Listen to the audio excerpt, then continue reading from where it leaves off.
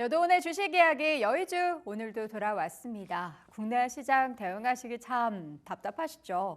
반도체주가 좀 휘청이자 시장이 또 답답한 모습들이 보이는데 물론 계속해서 종목별 테마 장세 또 순환매 장세는 펼치지만 이게 지속적으로 우리가 투자를 할 수 있는 그런 환경이 되지 못하다 보니까 테마도 수급이 다른 데로 빠져버리면은 끊어져 버리고 하는 그러한 이 시장이 연출이 되고 있습니다. 그 가운데 어제 시장을 보면서 과연 SK하이닉스는 앞으로 시장의 평가를 어떻게 받을지가 궁금했고요. 우리 시청자분들과 지금 상황에 대해서 조금 명확하게 이야기를 나눠볼 생각으로 오늘 주제 선정을 해봤습니다.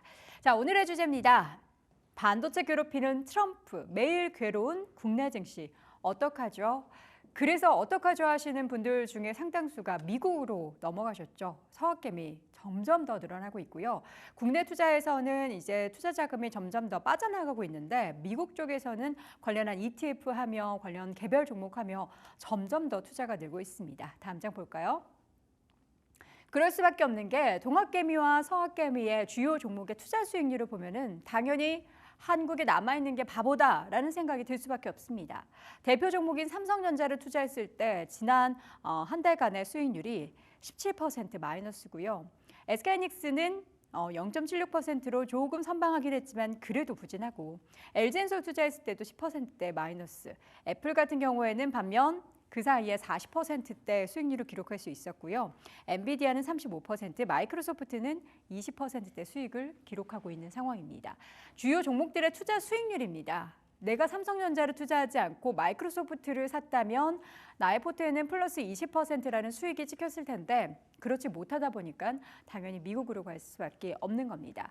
그래서 개인 투자자들은 과연 떠났을까요? 그렇지는 않더라고요. 삼성전자에는 지난 1개월 동안 2조 7천억 원이라는 자금이 신규로 유입됐고요. 반면 외국인 투자자들이 오히려 더 떠납니다.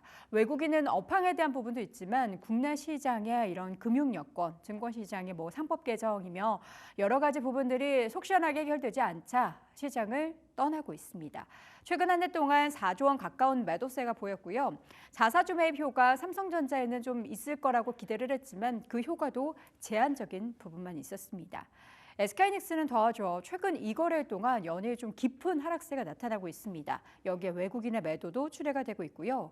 이렇게 국내 코스피 대장주에 투자하면 손실을 보는데 누가 국장을 투자하고 싶겠습니까? 그래서 미국 대장주로 차라리 수익을 내자라는 이러한 분위기는 어쩌면 당연한 겁니다. 여기에 더해서 답답한 부분 하나 더 있죠.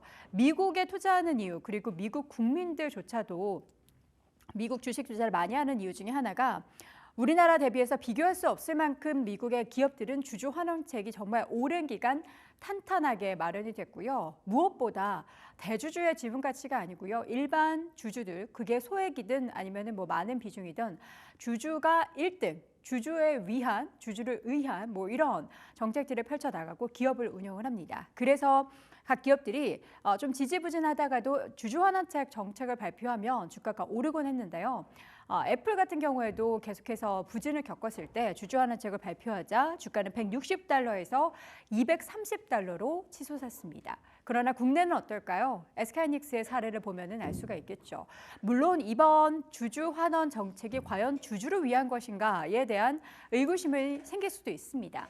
SK하이닉스가 지금 어제 발표한 주주환원 내용은 이 주주환원보다는 재무 건전성에 집중한 내용이다라는 평가가 나오고 있고요.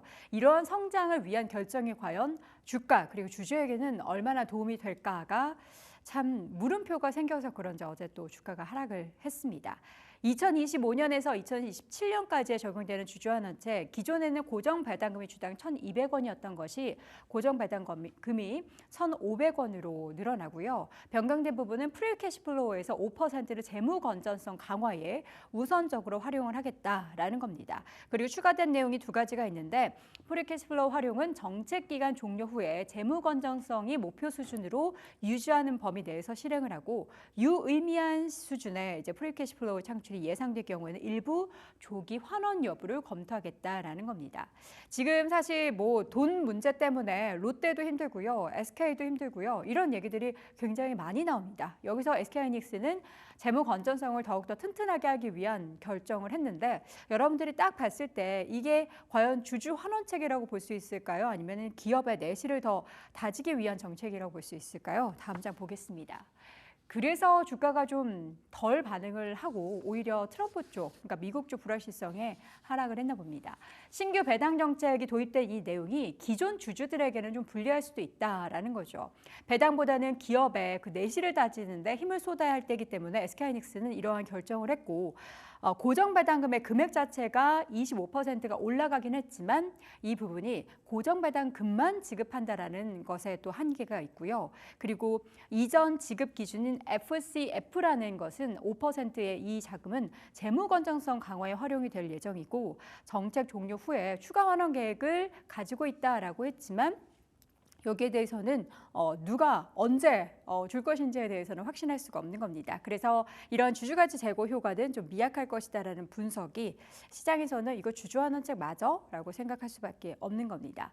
근데 지금 재무 건전성을 개선하고 또 안정적인 투자를 위한 현금 확보는 무엇보다 SK하이닉스 입장에서는 중요하고 빨리 해야 되는 숙제입니다. 기술로 먹고 사는 SK하이닉스가 기업 측면에서는 이러한 결정은 굉장히 긍정적이라고 볼 수 있겠는데 당장에 주주 환원 뭔가 되게 드라마틱하게 좋아야 하는데 라고 기대했던 시장 입장에서는 이거 주주 환원 맞아? 이렇게 물음표를 던질 수밖에 없는 겁니다.